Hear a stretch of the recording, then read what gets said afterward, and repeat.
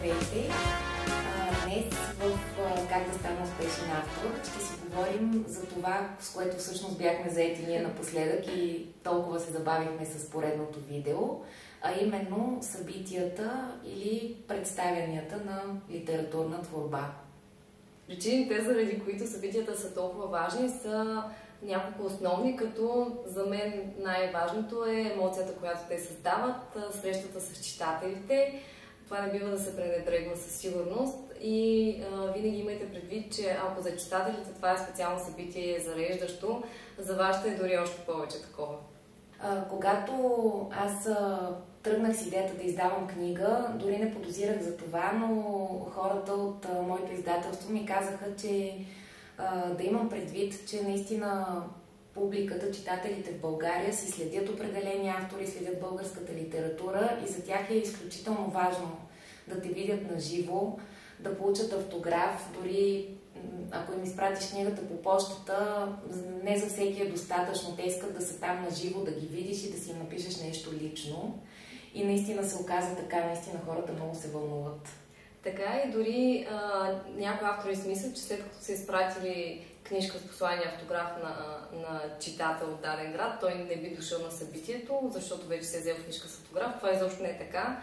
Наистина аз забелязвам, че доста от хората, които идват на събития, са точно тези, които всъщност са си поръчали книгата. И освен, че ще се запознаете с своите читатели на живо, събитията са много важни от гледна точка на това, че покрай самия процес на организиране на събитието, неговото реализиране и популяризирането му евентуално в медии, създавате много литературни контакти. Всъщност така се запознавате най-много с хората, които участват в организацията на литературния свят в България, също и с медиите, които се занимават с това. И с много други автори, тъй като много от авторите всъщност са доста четящи хора и ходят на много събития и аз всъщност много от авторите, които познавам, това е станало точно на мои или техни събития. Събитията, освен от тази емоционална и социална гледна точка, са важни и финансово, защото на събития се продават доста книги, доста за мащабите на България, не знам какво си представяте, но по принцип, доколкото съм чувала, не може да се очаква дори на премиера, средното е 50-60 книги. Не очаквайте да продадете 200, нали, защото 200 човека са писали във Фейсбук, че ще дойдат на събитието. Имайте предвид, че по принцип тавана, освен ако не сте много популярен автор, тавана е 50-60 книги за премиера, иначе на събитията из градовете може би около 20.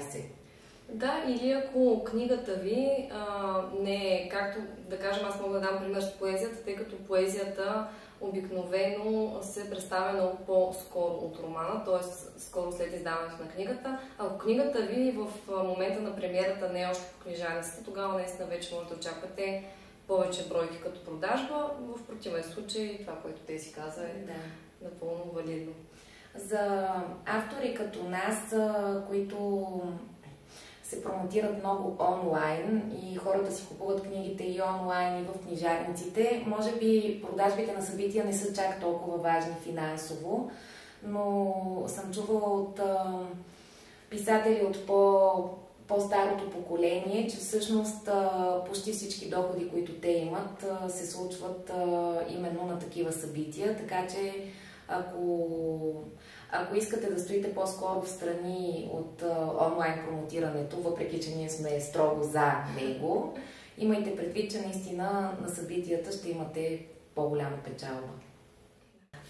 Както споменах преди малко, за поезия много често премиерата на книгата се прави почти непосредствено след излизането и от печат.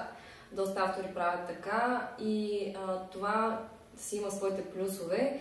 Ако сте познат автор, има по-голям ефект, т.е. ако вече издавате втора книга, е по-вероятно хората, които вече ви познават и със сигурност или поне мислят, че със сигурност ще харесат книгата ви, те имат възможност да дойдат и да се закупят направо на събитието. Ако сте непознат автор, това, което ви препоръчваме, да изчакате малко, поне 1-2 месеца или 2-3 месеца, да изчакате, за да видите как върви книгата, за да може хората да се запознаят с вас като автор и тогава вече да направите събития. Но наистина, ако сте познат и популярен автор и пишете поезия, може представянето на втората, третата и така нататък книги да са непосредствено след излизането от печат.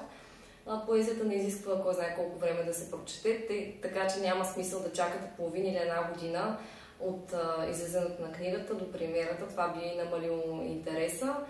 За роман нещата стоят по-различни, защото хората имат нужда от повече време да го прочетат и Деси сега ще разкаже какво може да направим. От моя опит, сега, когато става въпрос за премиера, може би най-малкото емоционално няма може да изчакате 2 месеца, пък и тя все пак трябва да си направите първото представяне във вашия си град, нали, голямо на книгата, за да може да поканите, нали, журналисти от различни медии и така нататък, изобщо да се започне този шум около нея.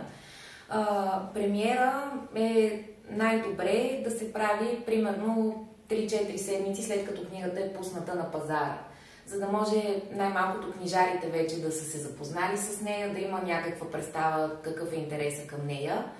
Но тъй като направих няколко представения скоро след премиерата, от тях нямаше чак толкова голям смисъл като посещение и установих, че е доста по-добре турнето на книгата по различни градове да се направи дори може би половин година след като е излязла.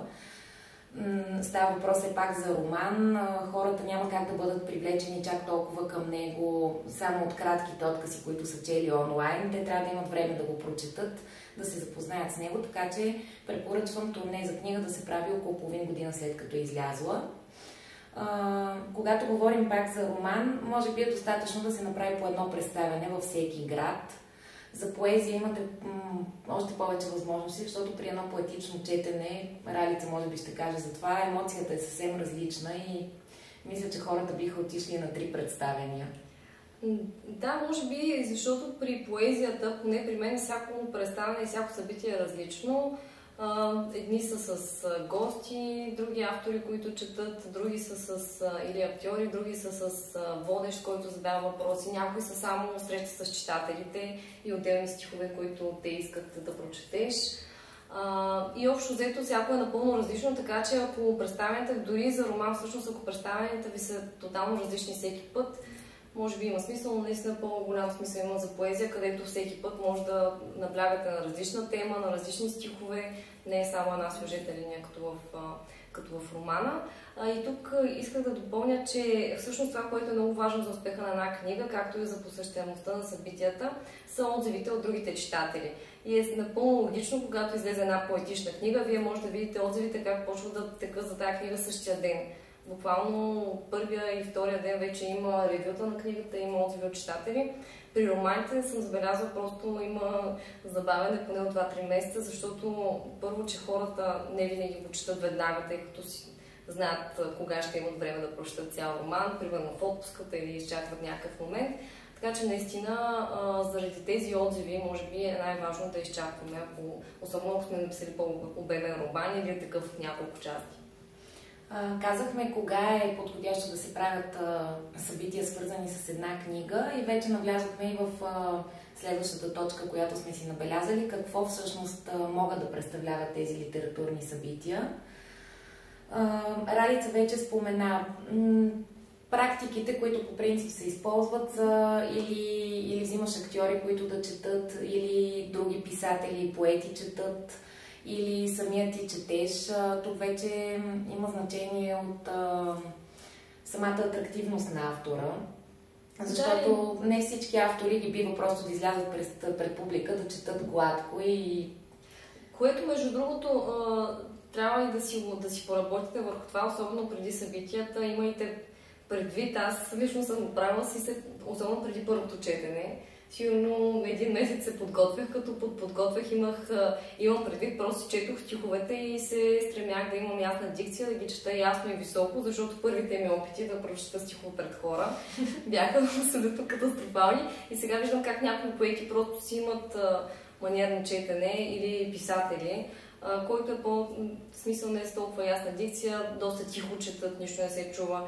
Тоест, това е нещо, което със сигурност, щом става дума за събитие и ще има хора, това поне от уважение към тях трябва да може да четете ясно, бавно, изразително. Да, това е много добър съвет, защото аз не се бях подготвила, когато беше премиерата ми и мисля, че четенето от моя страна мина катастрофално. И всъщност, понеже аз по принцип никога за нищо не се подготвям, някъде към четвъртото събитие вече установих точно какъв е ритъма на четене и започнаха да ми се получават добре нещата. И то след като Ралица ми беше казала, наистина, че най-важното е просто да е бавно. Вие ще си пробвате различни варианти, но наистина, когато е бавно, се получават нещата, защото хората имат малко навика, когато четат нещо свое, да го четат бързо, така сякаш да покажат, че не се взима чак толкова на сериозно. Но... Да, това не става дума да го четете с маниер или да си предавате важност, защото съм виждала и чувала и такива писатели, които просто четат като с някакъв маниер, нещо, наистина се едно играят в театър или някъде. Трябва да го прочетете естествено, но просто да е разбираемо за хората и да имате предвид, че ако вие сте го чели това нещо вече 100 пъти и може би го знаете наизуст, те го чуват много от тях за първи път. Да, и затова е добре да акцентирате, нали, на по-важните места, да има пауза където трябва и така нататък. Ако наистина смятате, че няма да се справите добре, може да пробвате и пред хора да ги питате честно. Ако имате доверие, че ще ви кажат честно дали се справяте. Но наистина много използвам похвата да се канят актьори или други творци да четат. Вече вие си преценявате до каква степен мислите, че за посетителите на вашето събитие ще е по-важно да гледат вас как четете на сцената или пък някой друг известен писател или актьор. Да, и вече зависи от това, вие като човек и като творец, колко искате да читателите да навлязат във вашия вътрешен свят, доколко искате да споделяте. Ако сте отворени, може да споделяте по-лични неща и особено ако творчеството ви е свързано с лични преживявания, хубаво е вие да си читателите много се радват, вие да прочетете нещо, да разкажете неговата история, да разкажете лично преживяване, доста по-съкровено и специално е за тях. Чувала съм много автори си задават въпроса ми сега, като отида на това събитие, как да се държа. И може би от това, което ние сме наблюдавали, има два работещи модела, при които наистина фигурата на автора е тази, около която се върти всичко на събитието, защото на всички им е интересно да бъдат в контакт и да гледат точно него. Едното е да бъдете пределно искрени и естествени, наистина да бъдете себе си, което означава не просто да отидете и да се усмихвате любезно, да казвате благодаря, когато някой ви похвали, ами на всички, защото читателите на събития понякога имат навика да задават наистина много лични въпроси. Ако сте избрали тази позиция да бъдете себе си, наистина бъдете до край и се опитвайте да им отговаряте, дори да ви се иска да се свиете в черупката си, това е по-добрия вариант. Да, всъщност аз винаги избирам този вариант и до сега с такова разбиране са подхождали всички читатели. Те дори, колкото по-лично, дори за някаква болка да си споделиш твоя някакво трудно преживяване, те разбират и те са хора и те са преживявали същите неща. И дори това си е като един вид терапия, защото ти споделяш, те после идват да си говорят с теб и ти споделят, че и те са преживели също нещо. Абсолютно никой никога не ме е карал да се чувствам неудобно за това, че съм споделила нещо лично. Абсолютно никога. Да. Дори обратното. Така че не се страхувайте от това. Ако мислите, че може да го направите, може да съвете давайте. Втория вариант? Другия вариант е... Сега това е нещо, което от нас с Ралица не ни бива, но има артистични хора, които могат да поддържат определен имидж и да влязат в роля. Нали, не става въпрос, че са неискрени с читателите си, но те са от типа, както правят много известните рок-музиканти, примерно, нали, все пак имат някакъв определен имидж и роля и начин на поведение с хората, които поддържат. Ако вас ви бива в това също е страхотно. На читателите им е интересно. Или ако може да възпроизведете герой от романа си, да кажем. Да, това са другите видове представяния. Вид повече като актьорско представяне на творбата, не толкова като лично изживяване. Да, други...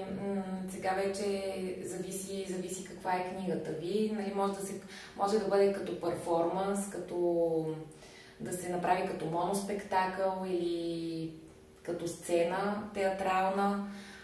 Може да бъде съчетано с музика. Аз Тъй като книгата ми е по-младежка, става въпрос за нощен живот и така нататък, често го правя с певица, чета малко, пък тя пее някакви неща, които са свързани с текста, който чета. Ако става въпрос за детска книжка, там нещата са много специфични, там е много важно да има игри, нали, правят се неща за отсветяване, за сглобяване, децата играят. Ако е книга за пътешествия, може да го направите и сред природата, да търсите вече някакви по-интересни. Или във влак.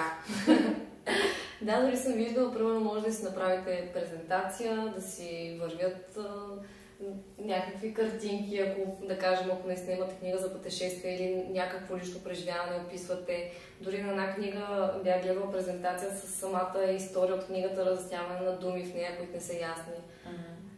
Да, беше доста интересно. Да. Мултимедията също е интересна за читателите. Ако имате време или възможности, може да направите нещо, което да се излъчва. Аз съм гледала една книга, която беше за хепатита. Излъчваха документален филм, беше много кратко документално филмче, беше много емоционално. Аз си прожектирам трейлерите, това също много им харесва на хората, защото на голям екран изглеждат по съвсем различен начин. И така нататък, но вариантите са много, зависи от самата ви книга. Не се страхувайте да експериментирате, защото на хората ще им е интересно. Да, и винаги може, ако нямате идеи, да просто да поручите какво правят другите автори, да поручите как протича едно такова събитие, да отидете на няколко, за да решите дали вие искате нещо подобно, дали искате нещо съвсем различно. Така че винаги знанието помага в тези случаи. Казахме кога е подходящо да се правят представенията, какъв е смисъл от тях и какво могат да представляват. Разбира се, важно е да се избере мястото. Като под място имаме предвид и самия град, в който се правят, и самото заведение, пространство или каквото там ще бъде. Има си, по принцип, вече е практика да се правят представяния и на места, на които по принцип не са създадени за това, в дискотеки, в клубове, в барове. Винаги може да си харесате някой, който ви се вижда подходящ за вас, ако целта ви е да заведете вашите читатели, вие да си ги поканите и те да дойдат където сте ги извикали, независимо от мястото. Но в доста от големите градове си има определени организации, които се занимават с това и ще ви бъде доста по-лесно, ако се свържете с тях.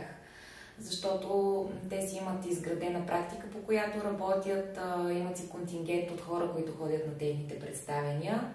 И ние не можем да претендираме, че познаваме всички, но можем да ви споделим местата в някои градове, които могат съвсем спокойно, ако се свържете с тях, да си ви направят едно, даже 2 или 3 турнета. За София местата, на които може да направите четенето си, са Перото. Доста често хората там правят литературни четения, плюс това Студио 5. В Карусел има кутия за почтенски кутия за приказки, доста и четения се правят напоследък там. Мястото е голямо, така че имайте предвид, зависимост от броя на хората. В Карусел може да събира наистина най-много хора от изброените, както и Перото. Мазе, това е малко литературно пространство, така да кажем, бар, в който обаче доста често се правят литературни събития. И разбира се, библиотеката. Перник има организация Градски легенди, може да се свържете с тях, особено подходящо за млади автори, защото това са млади хора и се занимават с по-такива урбан неща. Стара Загора, пътуващите книги на Стара Загора, Олга Клисурова. Тя ще проведе разговора с вас, тя ще покани хора и всичко се получава много готино там. В Благоевград читалището. В Бургас намерихме едно хубаво местенце, казва се The Brain. Доста млади, амбициозни хора, които се интересуват от културни събития и имат желание да правят колкото се може повече културни вечери. Така че това е бар, но е с такава насоченост, има доста всяка седмица културни събития в него.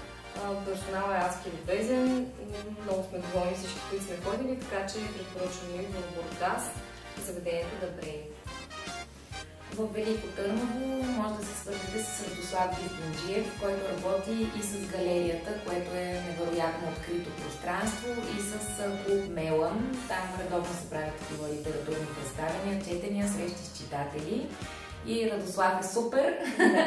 Ние вече сме го показвали, така че комуникацията с него със сигурност ще ви бъде приятна.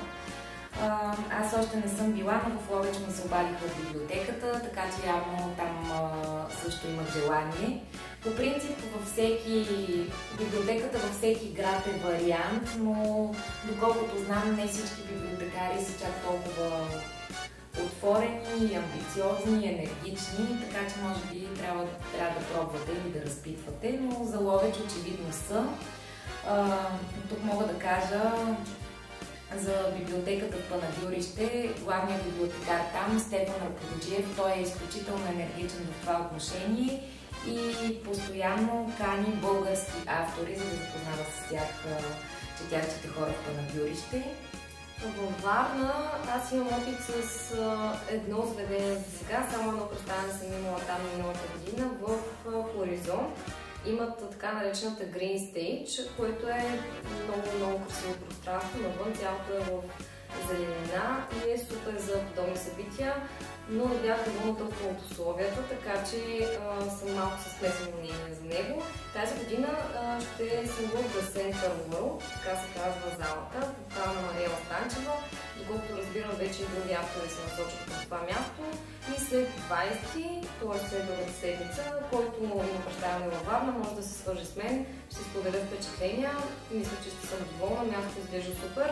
Малко по-урбан е, но е доста хубаво арт пространство.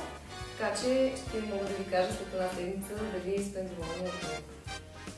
В Хасково също е добре да направите представяне, тъй като там си е много добре развит културния живот, само че ние нямаме кой знае какъв опит. Просто ви казваме Хасково като град.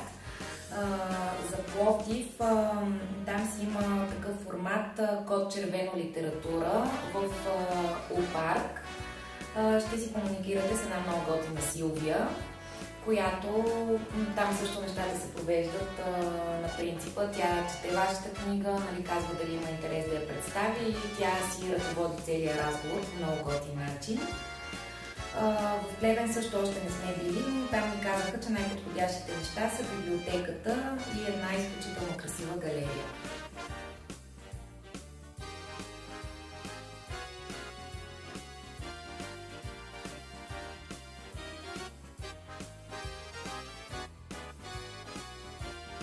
Това, което трябва да съобразите, когато избирате място, е горе-долу, поне приблизително колко хора очаквате. Може да се ориентирате най-лесно, може би, чрез събитието във Facebook. Винаги варират, никога не очаквайте колкото са гони, толкова наистина са там. Или 50% от тези, които са interested. Просто съвсем ориентировъчно да знаете, да кажем, дали е между 550 и 100 човека, дали е между 100 и 200, дали е между 200 и 300 човека, защото всяко заведение си има капацитет и е много важно, когато се обадите в заведението, да питате първо какъв е капацитета на заведението, второ как се осъществява наемането на това пространство, т.е. дали е с фиксиран наем за една вечер, дали тези имат процент от продадените книжки. Т.е. много е важно тези две неща да си ги изясните. Само да вмъкна тук, имайте предвид, че на повечето от местата, които прочетохме, всъщност вие не плащате абсолютно нищо. Имате единствено печалба, тъй като пък никой не взима от парите от вашите продадени книги. Дори на някои места, ако ви поканят, ще ви осигурят и спане. На някои места дори пътни. Имат си микрофони, имат в почти всички случаи, имат и видеостени. До сега не ми се е случило да няма видеостена. И имат и опит с това, тъй като когато, да кажем, аз първата година си търсих местата просто по това дали ми харесва вътре атмосферата, такива неща. И изведнъж се оказа, че това място никога преди това не е правило културно събитие. Нещо, където се изисква вид четене, столовете да са подредени по различен начин, да има микрофон или два микрофона. Просто нямах опит, така че по-добре използвайте контакти от други автори и отзивите им за места и така си правете план. Проверете също така как как ще се извършва самата продажба на книгите. Дали заведението ще продава книгите, дали ще ви трябва касов апарат, може да наемете евентуално от някой или да вземете назаем.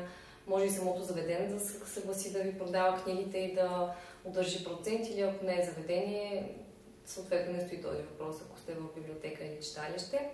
Но все пак проверете тези неща, защото обикновено не може да се уреди това нещо в последния момент. Трябва да имате подготовка. Друго нещо, което е вариант и много автори правят, взимат човек от издателството, който да ги придружи и да носи касов апарат и той да извършва продажбата на книги. Имайте предвид, да, че всъщност ние говорим от гледна точка на опита си като самоиздаващи се автори. Да. Предполагам, може би трябваше да кажем още в началото на видеото, че ако работите с издателство, вие може би нямате такава свобода да си избирате места, как ще се продава, какво ще се прави. Да, и също имайте предвид нещо много важно, че когато имате събитие, винаги трябва да има поне още един човек с вас, който да каже да продава книжките. Тъй като когато вие четете, ако някой иска да си купи книга през това време или преди или след събитието, когато със сигурност ще сте заети, тъй като много хора искат да вземат автограф преди събитието или или да разговарят с вас, или трябва да подписвате книжки, докато подписвате няма как да продавате на другите хора, които са на опашката и чакат автограф. Просто имайте предвид да вземете някой познат или да помолите някой от персонала да направи това вместо вас. И последно, докато сме на вълна организация на самото събитие, няколко неща, които има доста голяма вероятност да забравите и на нас не се е случвало. Едното много важно, фотограф. Дали ще бъде професионалист или просто някой познат, който ще ви снима, ако е малко събитие и нямате възможност да наемете чак професионалист.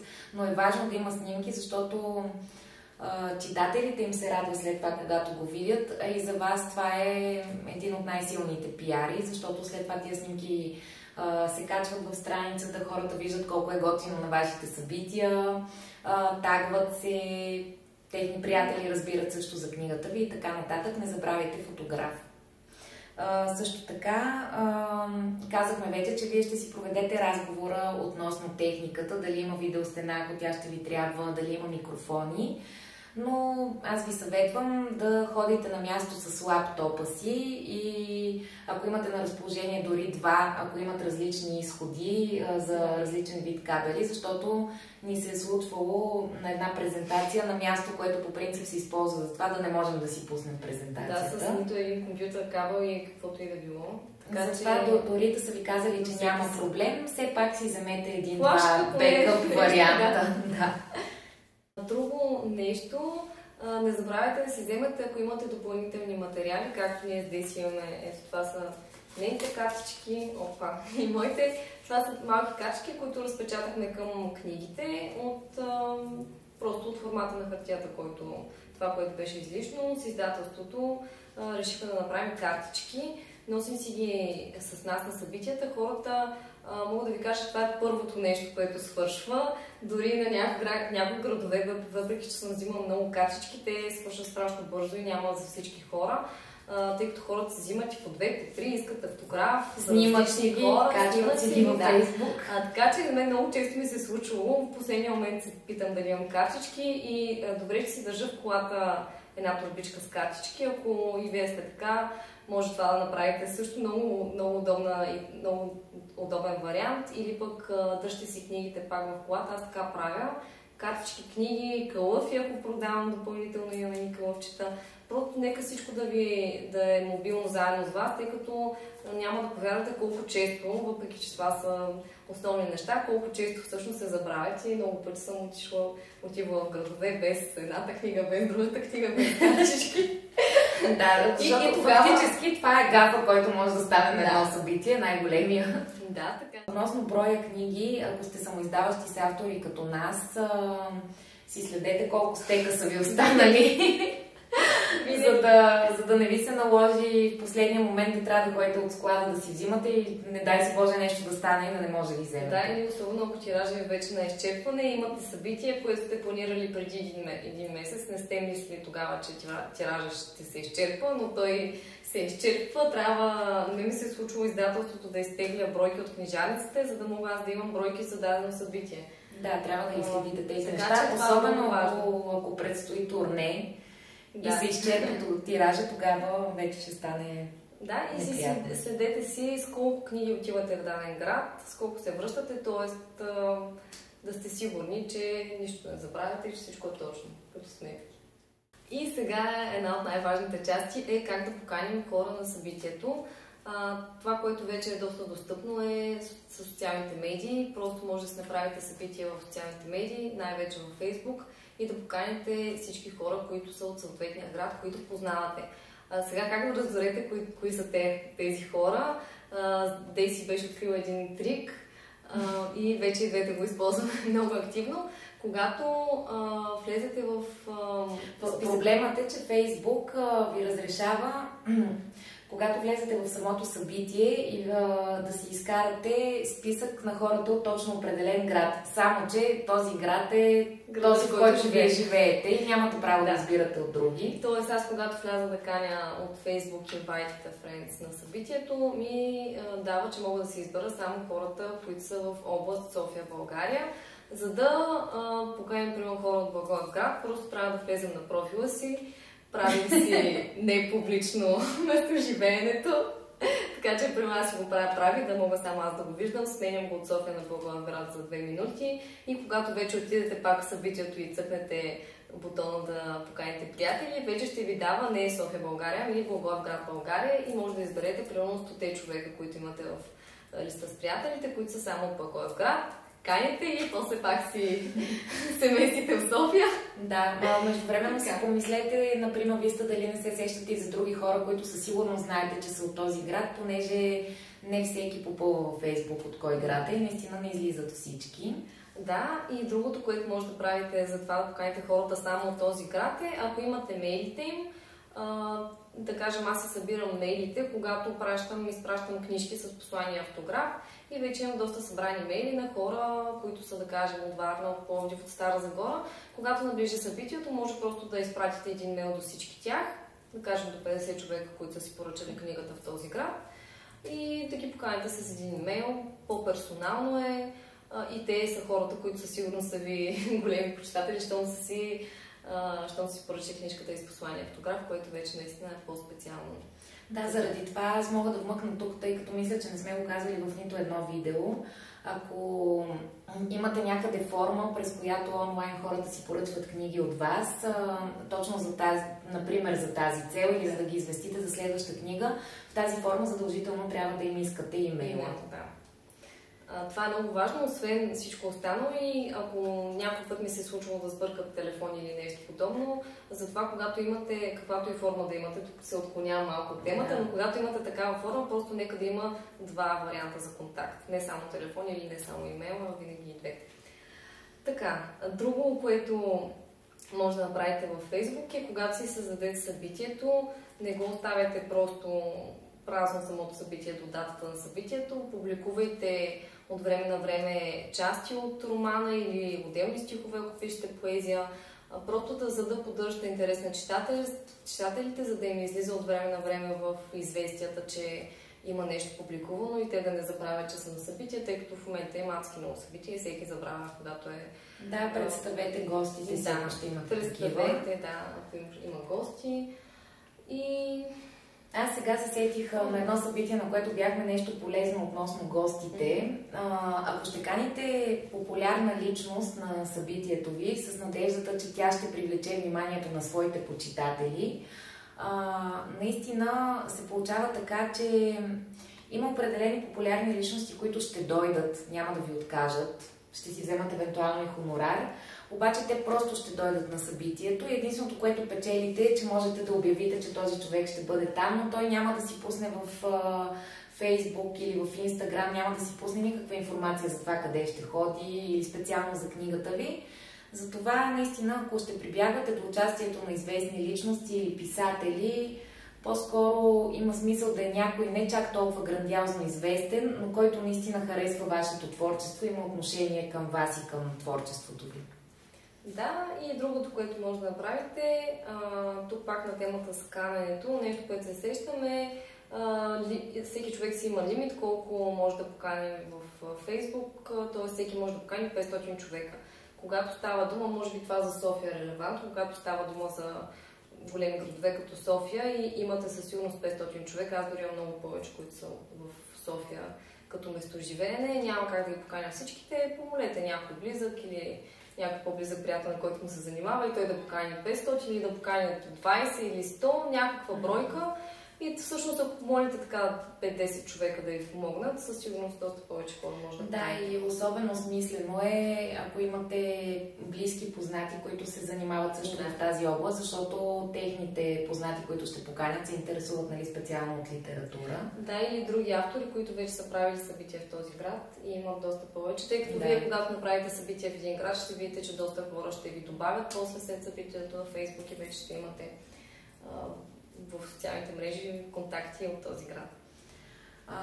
Другото, което ще добавя, аз съм го правила няколко пъти за градове, в които съм ходила, е страшно трудоемко, но ако на някой друг също му се занимава, от друга страна пък на хората им е приятно като го направите, защото действително се свързвате директно с тях. Ралица във видеото, в което обясняваме как се работи въобще с страницата в Фейсбук, е показала как изкарваме целия списък на харесали страницата. В нейния случай с 35 000 ще е кошмар да прави това, което сега ще кажа, но да, дори да имате над 10 000, всъщност може да го направите, да отделите примерно половин час, просто докъдето стигнете. Изкарвате този целия списък с хора, които са харесали книгата и като скролвате надолу ще видите, че под някои от имената всъщност пише тези хора от кой град са. Да. Ако имате страшно много фенове, може просто така с скролване да пишете на тези, които ви показват, че са от този град или че учат, примерно те може да не са от Велико Търново, но да ви изпише, че учат в Велико Търновския университет. Ако имате по-малко харесали страницата, примерно 1000-2000, можете да си поиграете и тези, на които не пише от кой град са, да ги отворите в отделен таб, защото там вече може би ще си проличи. Разбира се, едно такова съобщение трябва внимателно да го измислите, за да не звучи натрапчиво, просто ги каните, но наистина повечето хора се кефят, когато го получат, така че ако ви се занимава, може и това да направите. Да. И другото в самото събитие, ако може да пускате и лайвчета, в които казвате на хората, че се радвате да ги видите и така нататък. Или че пътувате или че пътувате натам, или вече като сте стигнали, че сте на местенце, което много ви харесва. Това наистина също на хората им е много приятно да гледат такива неща. И всъщност това е най-важното, да поканите читателите си, хората, които знаят конкретно за вас.